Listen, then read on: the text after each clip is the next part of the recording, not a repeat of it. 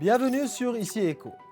Des bousculades ont éclaté dimanche passé dans la plage publique de Saïda entre un groupe d'activistes plaidant en faveur de la liberté du port du maillot de bain et des citoyens conservateurs, notamment des islamistes prônant la pudeur et la vertu. Au moment où on cherche à établir un état civil où la culture et la liberté doivent être respectées. D'autre part, le dossier de la présence de réfugiés syriens au Liban, qui dépasse les 1 500 000 réfugiés, revient chaque jour en farce sur le tapis, à cause d'une succession d'événements qui a renforcé la tension sur le terrain, et suite à la réintégration de la Syrie au sein de la Ligue arabe, et qui marque la restauration de la place diplomatique de Bachar el-Assad dans le monde arabe après plus de 11 ans d'isolement. La situation est existentielle et non politique. Le Liban a payé le prix fort en accueillant les réfugiés syriens qui doivent commencer à rentrer chez eux. Alors que le Liban reste dans une impasse socio-politico-économique où les difficultés s'accumulent et intensifient la crise, rendant toute solution encore plus difficile et compliquée, tout en remettant en considération le modèle économique nécessaire pour reconstruire l'économie libanaise. Dans un Liban où le conflit politique est continu, empêchant d'élire un nouveau président de la République, de former un nouveau gouvernement et de nommer un nouveau gouverneur pour la Banque centrale, ainsi relancer les négociations avec le Fonds monétaire international et commencer les réformes et faire tourner la roue économique vers des niveaux de croissance acceptables.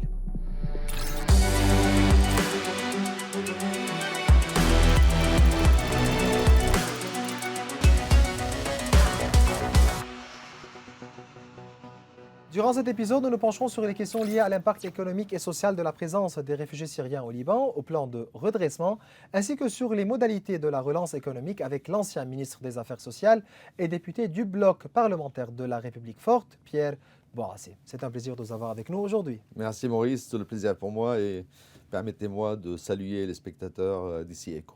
Directement avec l'affaire Saïda. Oui.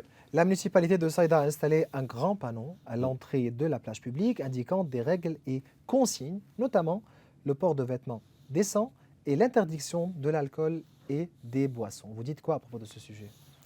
Sincèrement, mon premier réflexe, en fait, c'est d'être un peu choqué par cette décision, parce que nous avons des lois nationales, nous avons une certaine culture au Liban très différente de la culture d'autres pays de la région. Et cette décision me choque, en fait. Sauf si on se dirige vers une forme de décentralisation à ce niveau-là. Et chaque région va prendre des décisions en fonction de sa culture locale ou la culture de la communauté majoritaire dans cette région, chose que je ne souhaite pas. Et j'aurais préféré Vous ne soutenez pas une décentralisation ? Enfin, ça peut ouvrir la voie, en fait, à des décisions être prises de manière régionale, qui ne prend pas forcément en compte les coutumes nationales ou l'identité nationale en gros. Je suis contre cette décision, franchement, et j'espère que ça s'arrêtera là, sachant que, même si ça n'a pas été affiché de cette manière-là, mais quasiment tout le sud, on ne trouve pas d'alcool. Dans de grandes villes comme Saïda, à Tripoli aussi, on a du mal à trouver des restaurants et des pubs qui servent de l'alcool. Bon, si c'est dans la direction de considérer que chaque région a le droit d'édicter sa loi sur les citoyens, là, on se dirige vers une forme de décentralisation, mais il faut que chacun soit conscient vers quoi on se dirige. Mais ça ouvre la porte à quoi, vous pensez ? Ça peut devenir, par exemple, je ne sais pas, les panneaux publicitaires, disons à Jounieh, ou la pratique à la plage de Jounieh, ou de Batroun ou de Jbeil, sera très différente de certaines régions, comme Tripoli, comme Saïda, etc. Chose que je ne souhaite pas de prime abord. Je souhaite que la loi nationale et le cachet du Liban soient appliqués partout.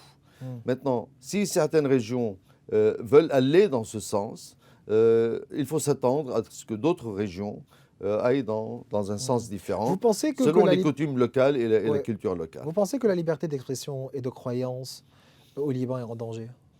En quelque sorte, oui. En quelque sorte, parce que c'est un terrain glissant. C'est un terrain glissant. Si on commence par là, et sans connaître le cadre juridique de ce genre de décision, ça peut être un terrain glissant, et ça peut être une oppression contre les habitants au nom de coutumes locales ou de la religion, etc. Le Liban est une société civile et il faut qu'il le reste. Je passe directement au dossier des réfugiés syriens. Certainement, vous étiez ministre des Affaires sociales et vous savez très bien l'impact de la crise des réfugiés syriens à tous les niveaux. Qui a intérêt à ne pas faciliter le retour des réfugiés syriens en Syrie? En fait, ce qui manque surtout, c'est une décision nationale. Et c'est une vision nationale. Quand j'étais ministre des Affaires sociales, j'ai occupé socialement des réfugiés et pas politiquement. Et à l'époque, il y avait encore la guerre en Syrie, alors c'était difficile de prendre des mesures draconiennes. Aujourd'hui, la Syrie est stabilisée. Il y a des régions minoritaires. Et avec le retour de Bachar al-Assad dans les Exact, il y a ça aussi. Il me semble que celui qui ne veut surtout pas le retour des réfugiés syriens, c'est le régime syrien.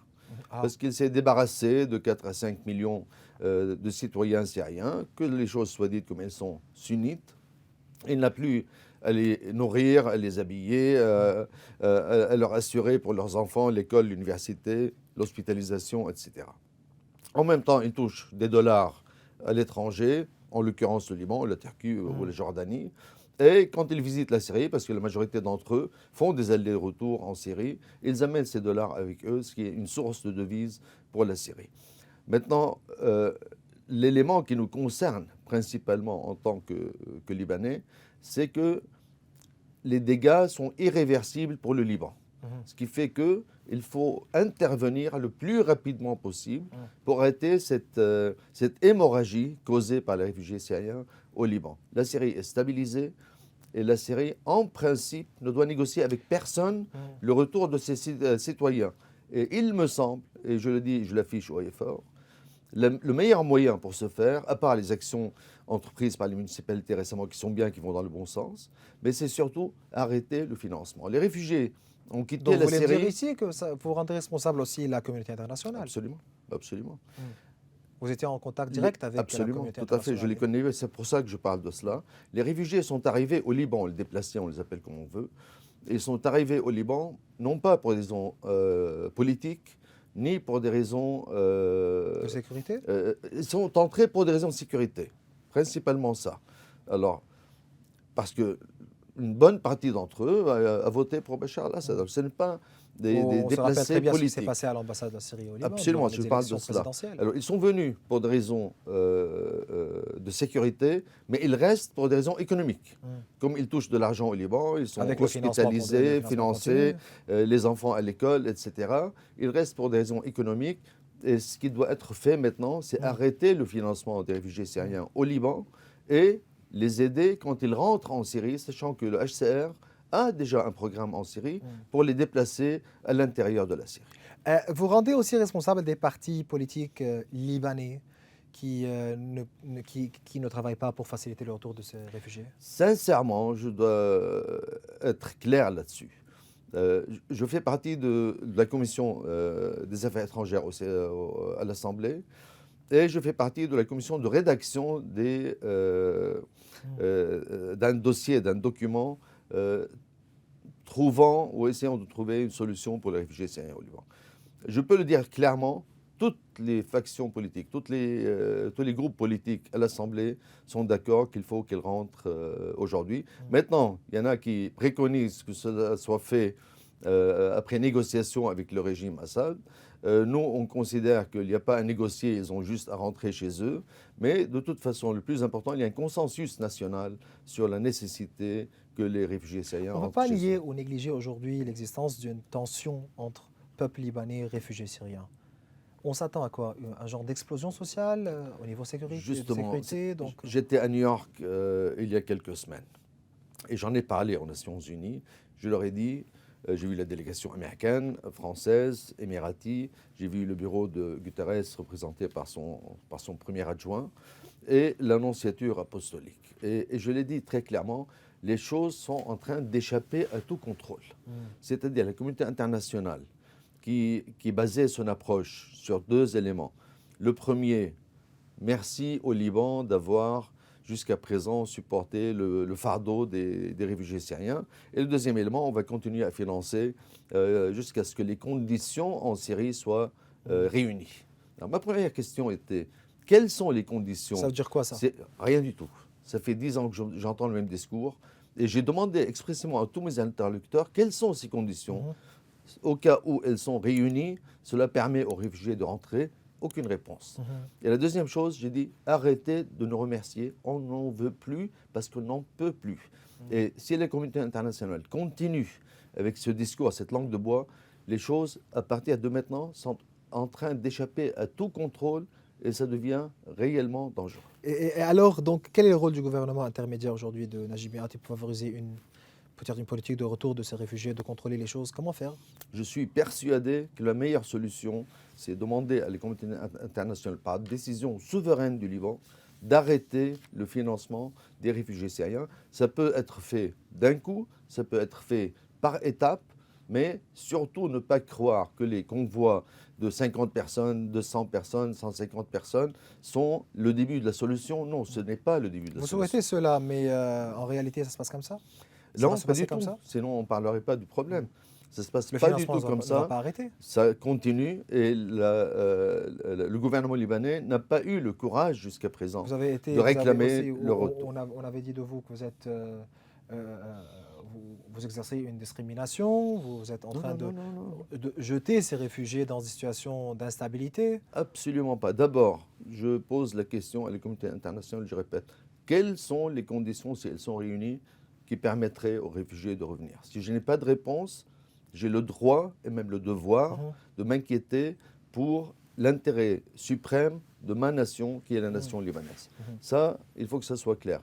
Si on était discriminatoire, on ne les aurait pas accueillis pendant 10-11 ans, quasiment sans aucun incident.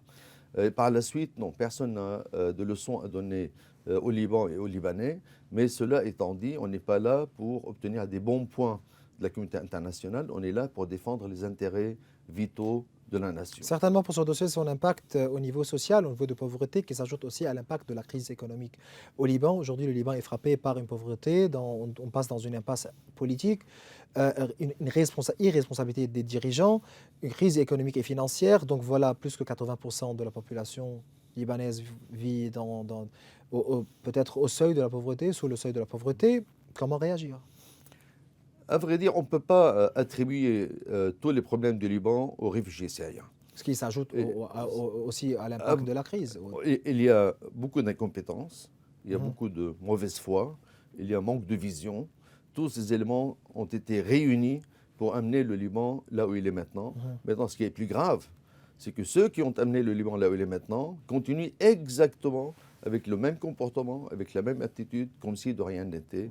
Et on voit les... C'est planifié ou c'est par ignorance? Non, non, c'est planifié. C'est planifié parce qu'il y a un groupe qui ne cherche que son pouvoir et ses intérêts. Non mêlé? Et, je vais être très discret. Hezbollah, Amal, CPL. Nommez-les. Bien sûr que je vais les nommer. Vous les rendez responsables, donc. Je les rends absolument responsables de la situation dans laquelle on se trouve. D'abord parce que la corruption a couvert les armes et les armes ont protégé la corruption et ça nous a amenés là où nous sommes maintenant. Alors, il ne faut pas hésiter à dire que ce sont les responsables. Si on adopte une posture à dire ils sont tous fautifs, hein, c'est la pire des choses, c'est ce qui permet aux réels responsables, aux vrais responsables, d'échapper à ces responsabilités. Non, on ne peut pas dire tous pareils. Il faut détecter les éléments de la crise et faire porter la responsabilité à ceux dont le comportement et l'attitude et les décisions qui ont été prises ont amené à une crise sans précédent au Liban. Certainement, nous savons bien que la mauvaise gestion des finances publiques au Liban, avec la corruption en masse, une corruption endémique, qui a entraîné une hausse significative de l'endettement, du déficit. Quelles sont les principales réformes au niveau économique, social, structurel que le gouvernement libanais doit mettre en place aujourd'hui pour aboutir à une relance, pour sortir de la crise? On commence d'où? Sincèrement, L'électricité, la contrebande. Donc, il faut commencer d'où? Le secteur public. tout cela est très important. Vous avez dit, Mais, bien sûr, tout ce que vous avez cité sont des conséquences d'une crise politique. Alors, la vraie solution doit commencer dans le volet politique. Au lieu de voir une avancée sur le volet politique, on voit une paralysation totale des institutions. La présidence de la République est paralysée, le gouvernement est un gouvernement d'expédition des affaires courantes, le Parlement ne s'ouvre que si le président Berry décide de l'ouvrir, toutes les institutions sont paralysées, et tout cela provient d'une chose. Ce qui a fait le Liban, c'est ni les universités, ni les écoles, ni les hôpitaux, ni les banques, c'est la liberté. La liberté est la base de tout ce qui a distingué le Liban dans cette région. Elle est en danger, cette liberté. Qui en est responsable? C'est le même parti que vous avez. Exact, c'est ceux qui bloquent les institutions du Liban, ceux qui ne sont prêts à libérer ces institutions que lorsqu'ils obtiennent la rançon, parce que c'est vraiment une attitude de preneur d'otages. Ils veulent une rançon en contrepartie. Et l'espace de liberté au Liban est en train d'être rétréci. Et voilà les conséquences qu'on voit à tous les niveaux. Alors d'abord, il faut une stabilité politique, pour commencer. Du moins un président de la République capable de diriger le pays. Quel genre de président? Dans le bon sens. Quel type? Quel genre? Quel président? Je vais être clair, c'est dans l'absolu, il y a des exigences et on essaiera d'obtenir le président le plus proche de ce profil que nous souhaitons en fonction des alliances et des leviers de pouvoir au sein de l'Assemblée. Le président que nous souhaitons, c'est un président d'abord souverainiste, réformiste, ce sont les deux éléments principaux, qui a une vision. Mais chacun voit ça, la souveraineté d'une façon différente. Je vais expliquer ce que c'est la souveraineté, ce n'est pas moi qui définis la souveraineté, elle a une définition. Mais pour dire les 4 piliers que nous souhaitons, que nous recherchons chez un candidat à la présidence de la République ou un président de la République, c'est la lutte contre la corruption, c'est le côté souverainiste, c'est le côté vision et surtout le côté courage. Sans le courage, rien n'est fait. Vous ne trouvez pas ça chez Saïm Efrendji? Absolument pas, il n'est pas souverainiste. Il n'est pas souverainiste. C'est lui qui affiche haut et fort son appartenance à l'axe qui va de Damas à Téhéran, à Beyrouth et à Gaza, et enfin tout cet axe-là. Mais vous trouvez ça chez le général Joseph Aoun? Dirigé par l'Iran. Écoutez, le général Joseph Aoun, on l'a dit dès le début, ce n'est pas notre candidat naturel, parce que notre candidat naturel, c'est un homme politique. C'était Michel Maouad. C'est jusqu'à présent Michel Maouad. C'est jusqu'à présent présent. Mais juste pour continuer sur le commandant en chef de l'armée, et on a complété notre approche en disant s'il y a un consensus autour de lui, on ne va pas s'y opposer. Maintenant, Michel Maouad ou pas Michel Maouad, ce n'est pas l'essentiel. L'essentiel, il faut être réaliste. L'essentiel, comme j'ai dit, ces 4 piliers, ces 4 éléments que nous recherchons chez un président de la République, il faut rajouter un 5e élément qui ne dépend pas forcément de lui. C'est combien de voix il peut rassembler. Est-ce qu'il peut rassembler toute l'opposition? Est-ce qu'il a une valeur ajoutée en termes de voix? Il faut prendre ça en considération parce que si on va juste être rigide sur une position sans que l'on puisse faire aboutir un candidat, ça sera théorique et ça ne sera pas vraiment influent sur la scène politique.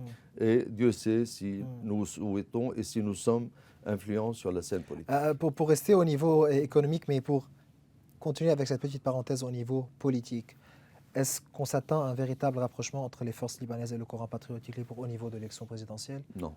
Il n'y a jusqu'à présent pas eu de rapprochement. Écoutez, Maurice, il y a quelque chose dans la vie qui s'appelle l'honneur. Et quand vous signez un pacte d'honneur avec quelqu'un et qu'il trahit ce pacte d'honneur... Vous voulez dire l'accord de Marab? Exact, avec les 10 points bien définis, bien écrits, qui ont été lus devant le général Michel Aoun à l'époque, avant qu'il ne devienne président évidemment, et qui ont été signés par Gebrand Bassil. Alors, quand quelqu'un vous plante un couteau dans le dos, alors qu'il a signé un pacte d'honneur, on ne peut pas bâtir quelque chose de solide sur le déshonneur.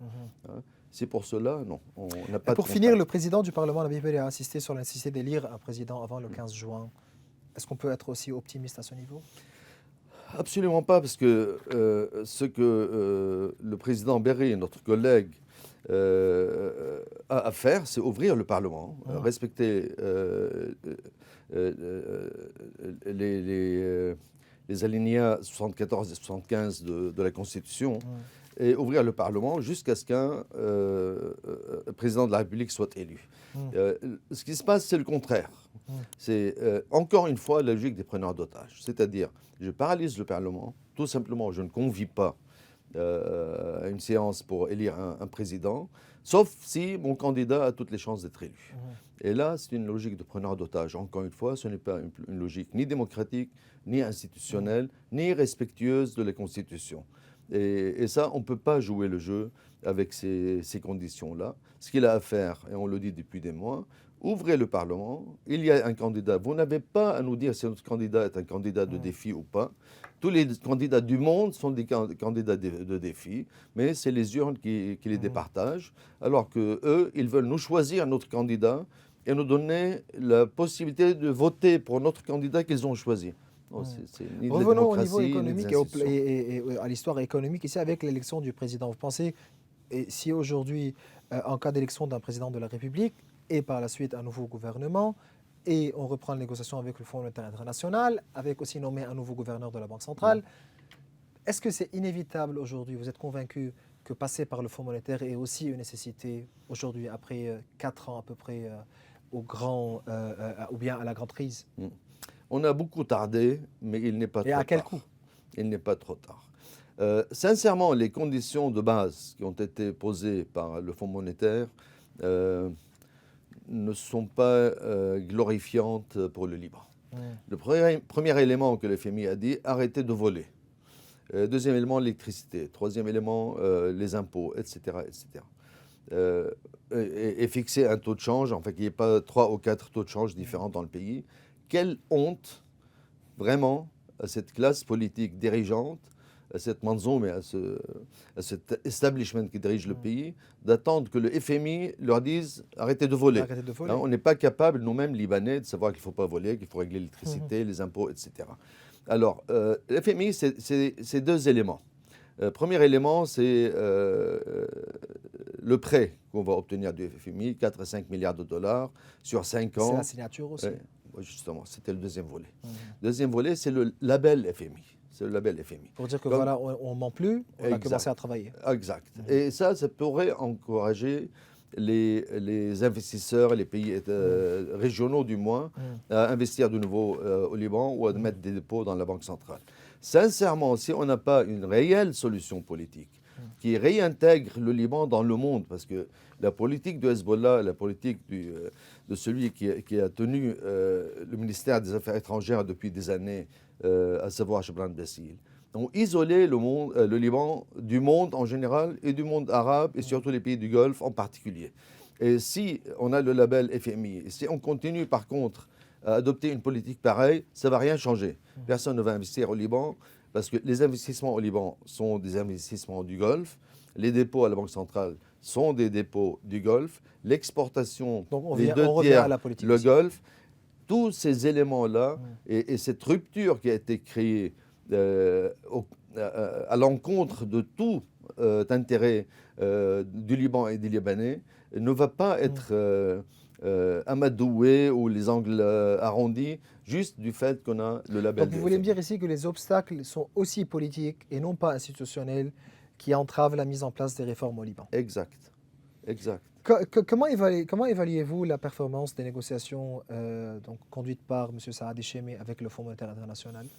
C'est trop lent et c'est pas clair. Et une des choses très importantes que je reproche au gouvernement, c'est qu'il n'est pas clair avec les parlementaires sur l'avancée et même les exigences et les échanges avec le FMI. Que ce soit le vice-premier ministre Saad Echeme que vous avez nommé, que ce soit le ministre de l'économie, que ce soit le Premier ministre, il n'y a pas de clarté. On ne sait pas exactement quelles sont les exigences et où est-ce qu'on en est dans les échanges avec le FMI. De toute façon, on a beaucoup trop tardé. Et au niveau aussi de la performance du gouvernement Méati durant la gestion de la crise? Quelle gestion de la crise? Sincèrement, je ne vois aucune gestion de la crise. Il faut les rendre responsables? Bien sûr qu'ils sont responsables. C'est mon métier en Parce qu'il y tant que avait un coût aussi parlementaire. pour la gestion de la crise. Peu importe, c'est à eux de le faire. Pourquoi ils sont ministres? La pire des choses au Liban, c'est que quand un ministre arrive, il ne veut pas assumer ses Mais responsabilités. Il dit que mais c'est le vous êtes gouvernement député avant moi, aujourd'hui, vous c'est le avez aussi... gouvernement avant moi qui est responsable. Non, c'est toi qui es ministre maintenant, c'est toi qui es responsable. D'où cette approche terrifiante de partis politiques et d'hommes politiques qui veulent le pouvoir, mais qui ne veulent pas la responsabilité qui vient avec. C'est intrinsèque. D'où la fameuse expression « je voulais, on ne m'a pas laissé hein. Ah. Ouais. Donc les conséquences aussi, certainement, l'une des réformes principales selon le Fonds monétaire international, c'est la contrebande. Il faut mettre fin à la contrebande, donc les frontières. Quels sont les impacts? Est-ce que aussi c'est une décision politique ou bien non? Le Liban peut prendre une décision aujourd'hui ou bien il faut attendre l'accord entre l'Iran et l'Arabie Saoudite pour prendre une décision au niveau de la contrebande et comment mettre fin à la contrebande? Mais non, aujourd'hui on peut prendre une décision pareille et dire que voilà, nous avons les moyens, on peut combattre la contrebande. On peut prendre la décision. Entre parenthèses, avec tout ce qui a rapport avec les subventions qui ont été payées durant la crise. Absolument, absolument. On peut prendre la décision. Ce n'est pas une fatalité, mais il faut du courage. C'est pour cela que quand j'ai dessiné le profil en 4 parties, en 4 éléments du prochain président, le courage est le pilier de tout. Maintenant, le problème des frontières poreuses. On peut dire que même les frontières des États-Unis, etc., mais le problème ici, c'est qu'il n'y a pas de volonté de contrôler. Dans d'autres pays, il y a une volonté de contrôler. On a les moyens? On arrive. Bien sûr qu'on a les moyens. Bien sûr, on a l'armée, on a les miradors qui ont été installés par les Britanniques, etc. Le problème, c'est qu'il n'y a pas assez de courage pour y aller. Pourquoi? Parce que l'Hezbollah chapeaute toute forme de contrebande ou de cette porosité des frontières. Sous prétexte qu'il veut acheminer ses hommes et ses armes en Syrie, il garde à peu près une trentaine de kilomètres, une quinzaine de passages sous son contrôle et en l'absence totale du contrôle de l'armée. Ça ne veut pas dire que l'armée ne surveille pas, elle n'intervient pas. Alors, il y a ce côté-là. Alors, qu'est-ce qui se passe entre le Liban et la Syrie? Les produits subventionnés, 17 milliards de dollars en un an, qui ont été jetés à la poubelle. Il faut rendre responsable le gouvernement Hassan Dia à propos des subventions qui ont été payées durant la crise. Bien sûr. Mais il était obligé de faire ça parce que le Hezbollah voulait ça? Non, parce qu'il... Non, non. Le fait, d'abord, il y a 2 problèmes. Il y a la subvention qui était un problème en elle-même. Et mon collègue Georges Aès et moi-même avions présenté un texte, en fait, pour une proposition de loi pour arrêter tout ce qui est subvention. Parce qu'on savait que ça partait. Arrêter les subventions, sauf pour les maladies chroniques et graves. Et deuxième chose, arrêter d'utiliser la réserve obligatoire.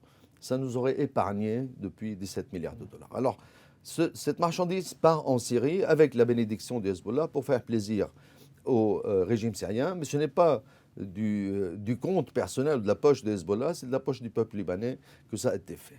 Deuxième chose, acheminer les armes et les combattants. Troisième chose, le trafic de Captagon. Hein, c'est quelque chose de particulièrement grave parce que le Hezbollah et le régime syrien ont transformé le Liban en narco-state. Narco-state, il a 2 rails sur lesquels il avance. Il veut, d'abord, avant de commencer, il détruit la justice, il détruit les appareils sécuritaires. Et c'est partout dans le monde. Partout dans le monde, à part le fait que producteurs, exportateurs, non consommateurs, c'est un leurre. On produit, on exporte, on consomme. Et ça a frappé notre société, et surtout la société que le Hezbollah, dont le Hezbollah se réclame, par ce fléau de drogue en général, Captagon en particulier. Alors, économie parallèle, frapper la justice, frapper les services sécuritaires et couper les liens du Liban avec les pays du Golfe. Le Liban exporte 3 milliards de dollars par an. On a perdu 2 milliards en un jour, alors qu'on a besoin d'1 centime pour s'occuper du bien-être de nos citoyens. Voilà le problème de la contrebande. Et évidemment, quelqu'un qui a les reins solides, il peut contrôler. Aussi, vous les rendez responsables, le Hezbollah, ses alliés, en ce qui concerne l'évasion douanière? Bien sûr, bien sûr. Il n'y a pas que, hein, pour être honnête. C'est tout le monde. Il n'y a pas que. Il y a Tout le monde beaucoup a de gens profité, qui profitent de cette situation qui est catastrophique. Mais il y a aussi clairement une économie parallèle qui s'est installée.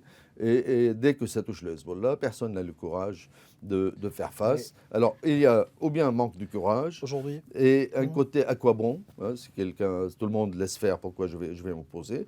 Et il y a des gens qui sont hmm, intéressés, hmm. hein, qui touchent de Mais avec l'argent. l'économie du cash Euh, aujourd'hui, le risque est super grand. Donc, au niveau du financement du terrorisme ou bien du blanchiment d'argent, et le Liban aujourd'hui est en risque d'être mentionné dans la zone grise. mm. Mais comment faire pour remettre les choses sur les rails? D'abord, je dois signaler un élément important que vous avez évoqué.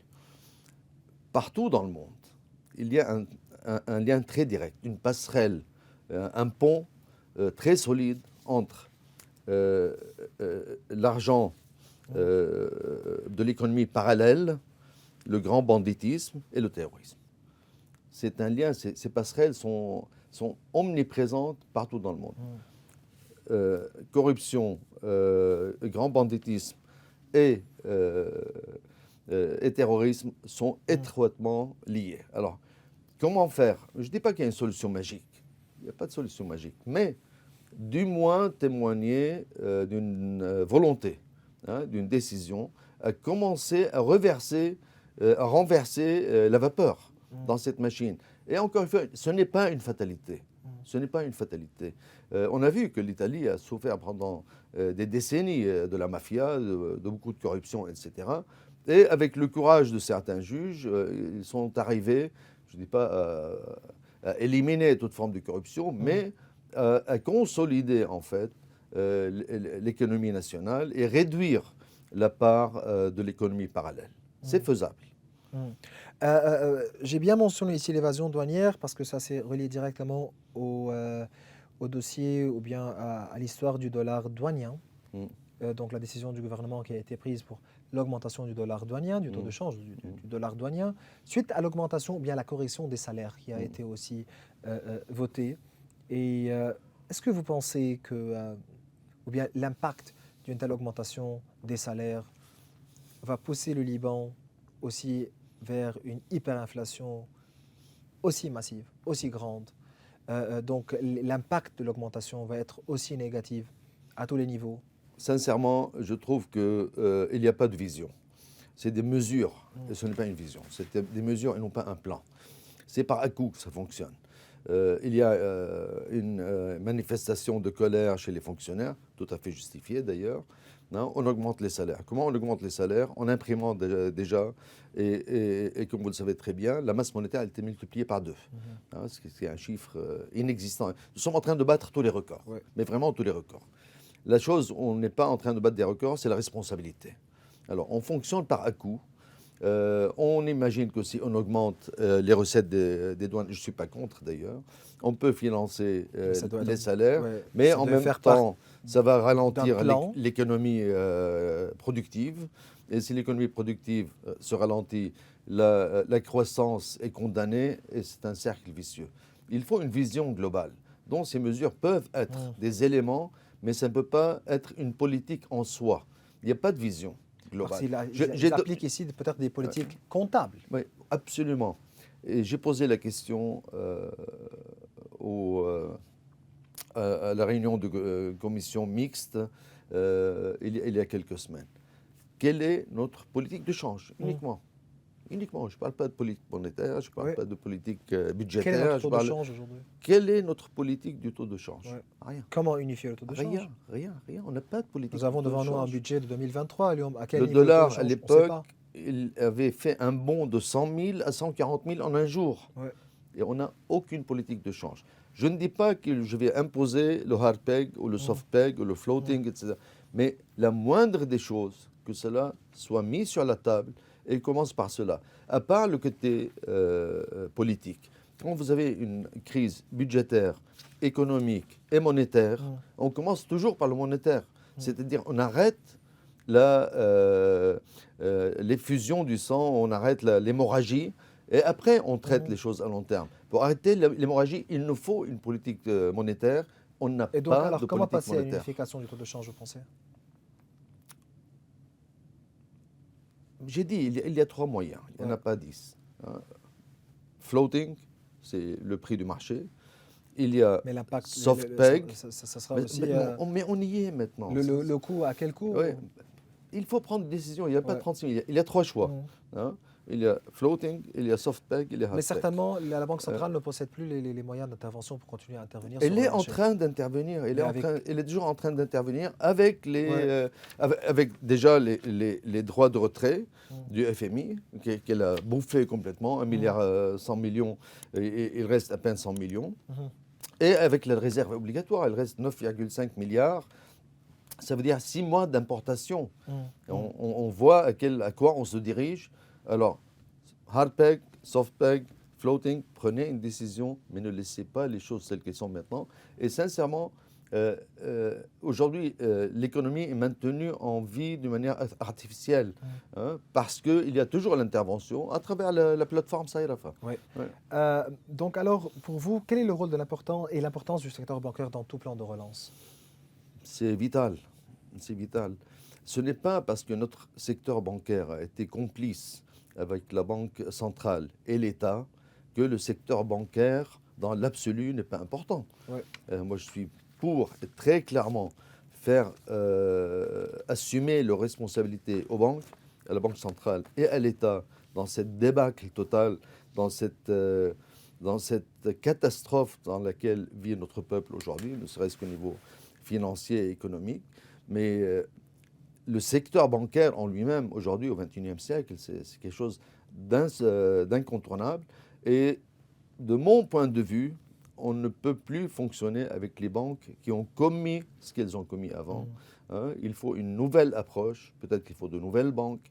Et le deuxième problème, c'est que les liens entre la Banque du Liban, l'État et les banques doivent foncièrement changer. Une des plus grosses catastrophes que nous avons connues, c'est quand la Banque du Liban a pris le rôle de financer l'État. Alors, il faut absolument séparer le monétaire du budgétaire, sinon on va continuer dans la même spirale infernale. Et voilà, la fin du mandat du gouverneur Riyad Salimi approche. Donc, on s'attend à quoi? Quel scénario? Sincèrement, de mon côté et du côté des forces libanaises, on veut surtout rester concentré sur l'élection d'un nouveau président de la République. Mais quels sont... On ne veut pas afficher des positions liées à un plan catastrophe. D'accord, mais ma question en ce qui concerne la période après Salamé, Oui. on s'attend à quoi? Après Salamé, si on a un bon gouverneur, il peut prendre ses décisions. D'abord, la première des décisions, dire à l'État, débrouille-toi. Débrouille-toi. Vous avez en tête un Il y a candidat? tes recettes. Ben, il y en a plein, mais on ne va pas afficher les noms parce que ça va les griller tout de suite. Parce que l'Hezbollah va les considérer comme Mourachah Tahaddi, Camille candidat Moussamen de reste votre défi. candidat? C'est un nom parmi d'autres et Camille est un ami, il a été ministre dans notre groupe ministériel. Il a de notre côté tout le respect et toute l'amitié. Pour vous, quel est le profil du gouverneur, du nouveau gouverneur de la Banque centrale? Enfin, je vais procéder par étapes. La première chose à faire, c'est assumer les responsabilités et surtout séparer le monétaire du budgétaire le plus rapidement possible. Deuxième chose, dans cette même approche, c'est de limiter, voire d'arrêter l'impression de nouveaux billets. Il faut qu'il ait une crédibilité. Malheureusement, notre banque centrale est complètement décrédibilisée avec tout ce qui se passe avec Riyad Salami. Il faut qu'il inspire la crédibilité, qu'il soit lui-même d'une probité irréprochable. Le profil auquel je pense, bon, même si les choses avancent depuis, mais feu gouverneur Edmond Naïm était réellement un exemple. Il a refusé de financer l'État par la Banque centrale et il avait à l'époque, en pleine guerre, sauvé l'économie et surtout tout ce qui est monétaire. Monsieur le député Pierre Bourassa, je vous remercie, c'était un plaisir de vous savoir. C'est moi qui vous remercie, Maurice, Merci et beaucoup. merci aux spectateurs d'ici Écho. Et voilà, on arrive à la fin de cet épisode. Vous pouvez revoir l'intégralité de cet épisode et de tous nos épisodes sur tous nos réseaux sociaux. Au revoir.